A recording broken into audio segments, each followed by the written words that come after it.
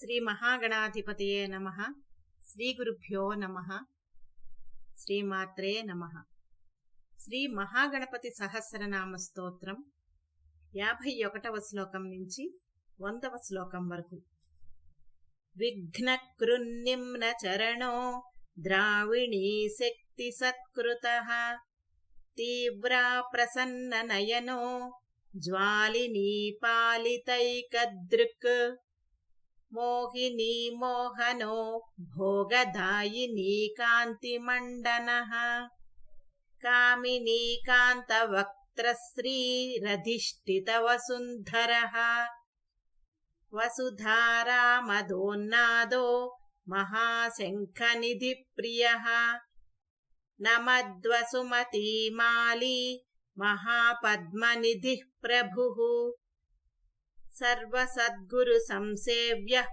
శోచిష్కే సహృదాశ్రయః ఈశానమూర్ధా దేవేంద్రశిఖః పవననందనః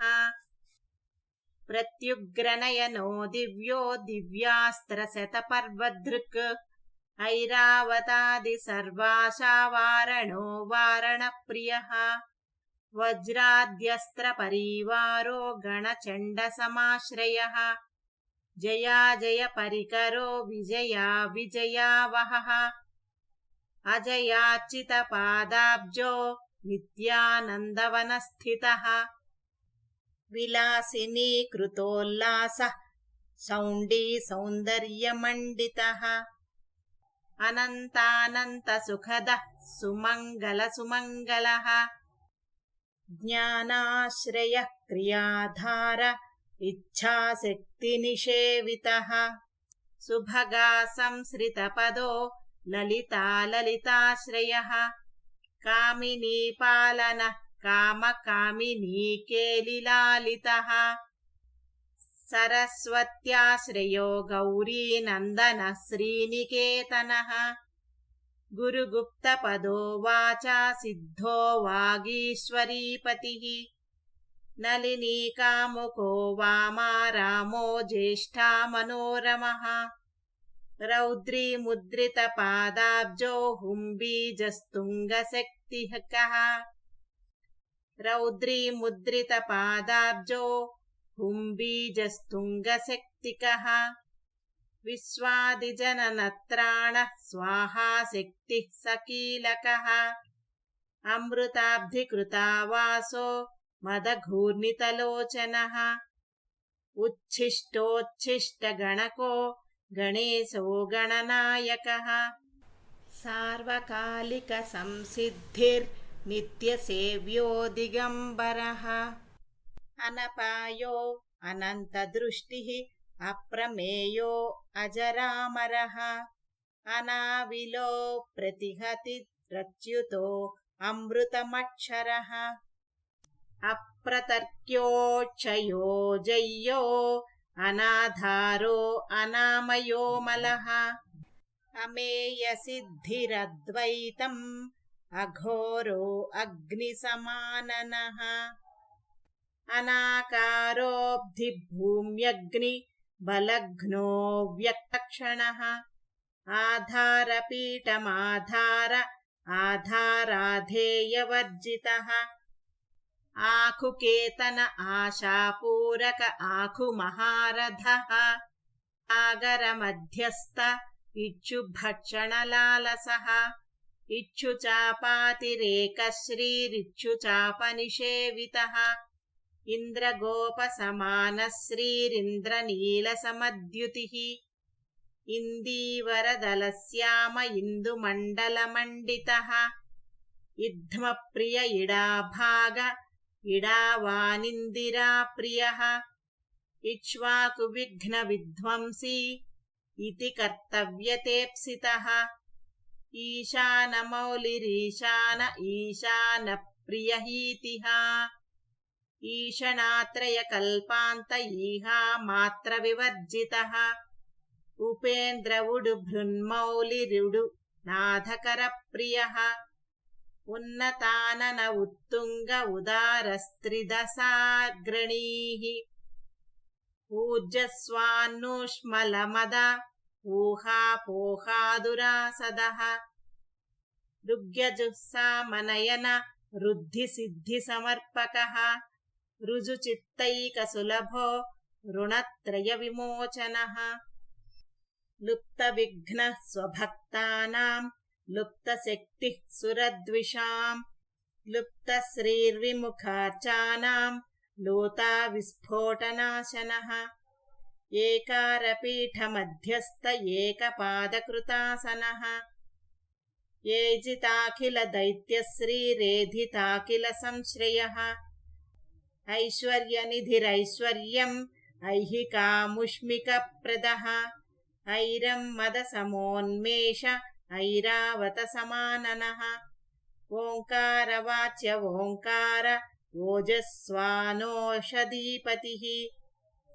औदार्यनिधिरौद्धत्य धैर्य औन्नत्यनिःसमः अङ्कुशशुरनागानाम् अङ्कुशाकारसंस्थितः समस्तविसर्गान्तपदेषु परिकीर्तितः कमण्डलुधरः कल्पः कपर्धी कलभावनः कर्मसाक्षी कर्मकर्ता कर्मा कर्मफलप्रदः कदम्बगोलकाकारः कूष्माण्डगणनायकः कारुण्यदेहः कपिलः कधकः कटिसूत्रभृत् खर्वः खड्गप्रियः खड्गः कान्तान्तस्थः खनिर्मलः खल्वाटशृङ्गनिलयः खट्वाङ्गी खदुरासदः गुणाढ्यो गहनो गद्यो गद्यपद्यसुधार्णवः गद्यगानप्रियो गर्जो गीतगीर्वाणपूर्वजः गुह्याचाररतो गुह्यो गुह्यागमनिरूपितः गुहाशयो गुडाब्धिस्थो गुरुगम्यो गुरुद्गुरुः घण्टा झर्झरिकामाली घटकुम्भो घटोदरः ञकारवाच्यो ज्ञाकारो ञकाराकारसुण्डभृत् चण्डश्चण्डेश्वरश्चण्डी चण्डेशश्चण्डविक्रमः चराचरपिता चिन्तामणिश्चर्वणलालसः छन्दश्चन्दोद्भवश्चन्दो दुर्लक्ष्यश्चन्दविग्रहः जगद्योनिर्जगत्साक्षी जगदीशो जगन्मयः